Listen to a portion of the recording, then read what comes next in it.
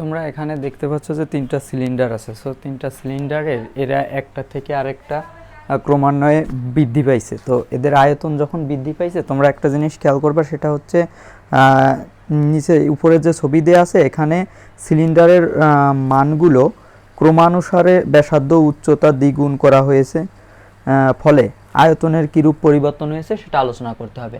এদের উচ্চতা এবং ব্যাসার্ধ ক্রমান্বয়ে দ্বিগুণ করা হয়েছে এবং ফলে আয়তনের কী ধরনের পরিবর্তন হয়েছে আমি দেখো অঙ্কটার সমাধান আগে থেকে করে রাখছি। তো এখন প্রথম সিলিন্ডারের ব্যাসার্ধ আমরা সাধারণত ব্যাসার্ধ আর দিয়ে, তাই প্রথম সিলিন্ডারকে R1, দ্বিতীয়টা R2 আর তৃতীয়টা R3 দিয়ে বোঝাইছি এবং এদের ব্যাসার্ধ প্রথমটাকে R, পরেরটা যেহেতু দ্বিগুণ 2R, পরেরটা দ্বিগুণ তার দ্বিগুণ হলে 4R। তো দেখো প্রথম সিলিন্ডার আয়তন R1 equal to R2, R2 equal to 2R, R3 equal to 4R। কেন এরকম হলো? আমরা এই ব্যাসার্ধ প্রতি ক্ষেত্রে দ্বিগুণ করেছি আর এবং ব্যাসার্ধ আর দ্বারা বোঝাইছি, তাই সিলিন্ডার প্রথম সিলিন্ডারকে যেহেতু এটি গোল সিলিন্ডার আকৃতি, তাই প্রথম সিলিন্ডারকে আমরা দেখো ধরছি R1, দ্বিতীয় সিলিন্ডারকে R2, এদের ব্যাসার্ধ আর কি। প্রথম সিলিন্ডারের ব্যাসার্ধটা হচ্ছে R1, দ্বিতীয়টার হচ্ছে R2 এবং তৃতীয়টার R3।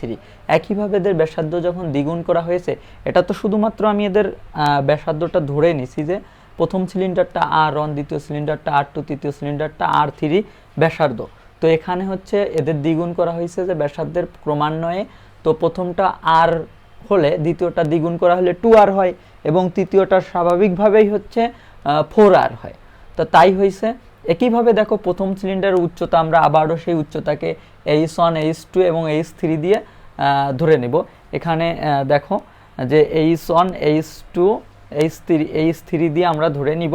তা এখানে সেটা হচ্ছে সিলিন্ডার H1, H2, H3 যেহেতু উচ্চতা এবং প্রতি উচ্চতা, প্রথমটার উচ্চতা H হলে দ্বিতীয়টা দ্বিগুণ হয়ে 2H হবে এবং তৃতীয়টা হচ্ছে 4 গুণ হয়ে 4H হবে, তার দ্বিগুণ হয়ে 4H হবে। তো এখন দেখো আমরা যেহেতু প্রত্যেকটা সিলিন্ডারের ব্যাসার্ধ এবং উচ্চতা পেয়ে গেছি, তো আমাদের গোলতলীয় কোনো বস্তু, বেলন আকৃতি বা সিলিন্ডার আকৃতির কোনো বস্তুর আয়তন নির্ণয়ের জন্য যে সূত্রটা আছে πr²h।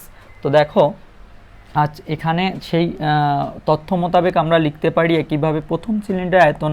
তো আয়তনগুলোকে আমরা প্রথমটার ক্ষেত্রে V1, দ্বিতীয়টার ক্ষেত্রে V2, তৃতীয়টার ক্ষেত্রে V3 ধরে নেব। তা V1 হলে প্রথমটার দেখো πr² হবে। তা প্রথমটার πr² হবে। তো প্রথমটার ব্যাসার্ধ R, উচ্চতা H, ঠিক আছে, ব্যাসার্ধ R এবং উচ্চতা H, সেই ক্ষেত্রে πr²h। দ্বিতীয়টা আসি এবার। দ্বিতীয় সিলিন্ডারের আয়তনের ক্ষেত্রে দেখো একটু খেয়াল করবা, দ্বিতীয় সিলিন্ডারের আয়তনের ক্ষেত্রে আয়তন V2 ধরে নেওয়া হয়েছে। তো V2 ইকুয়াল টু πr²h। তো দেখো পাই তো সূত্র মোতাবেক থাকবে আর আর এর মানটা কি, যে দ্বিতীয় সিলিন্ডারের ব্যাসার্ধ দেখো এখানে R2, ঠিক আছে, এটা হচ্ছে R2 এর মান কত, এই যে R², এটা হচ্ছে ব্যাসার্ধ 2R।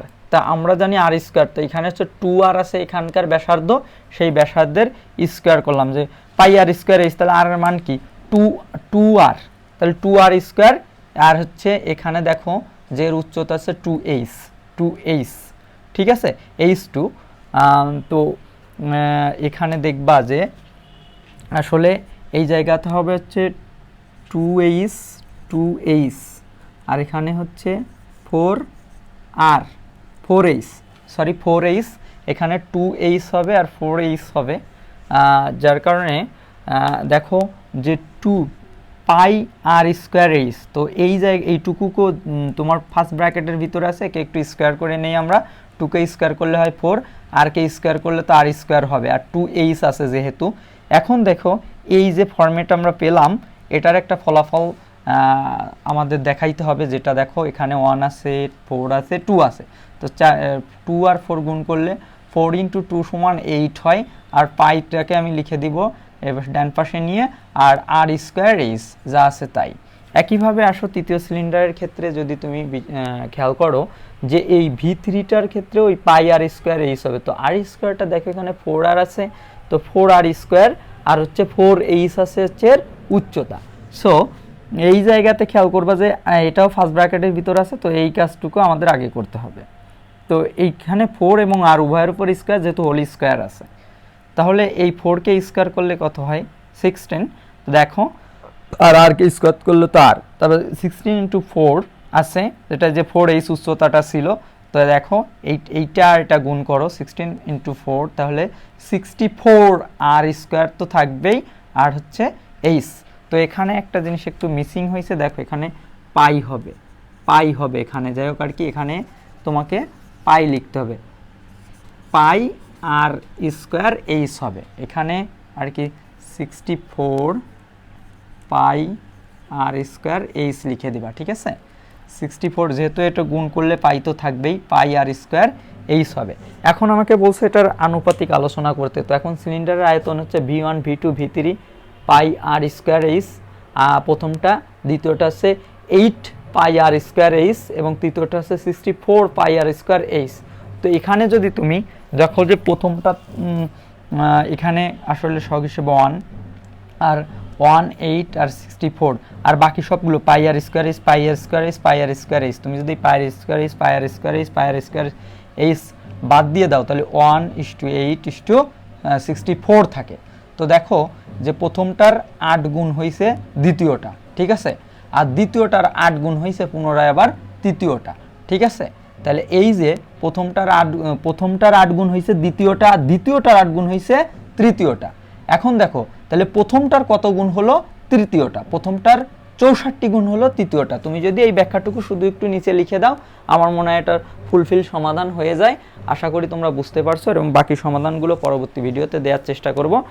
নিয়মিত দেখলে অবশ্যই সকল ভিডিও তোমরা পেয়ে যাবা।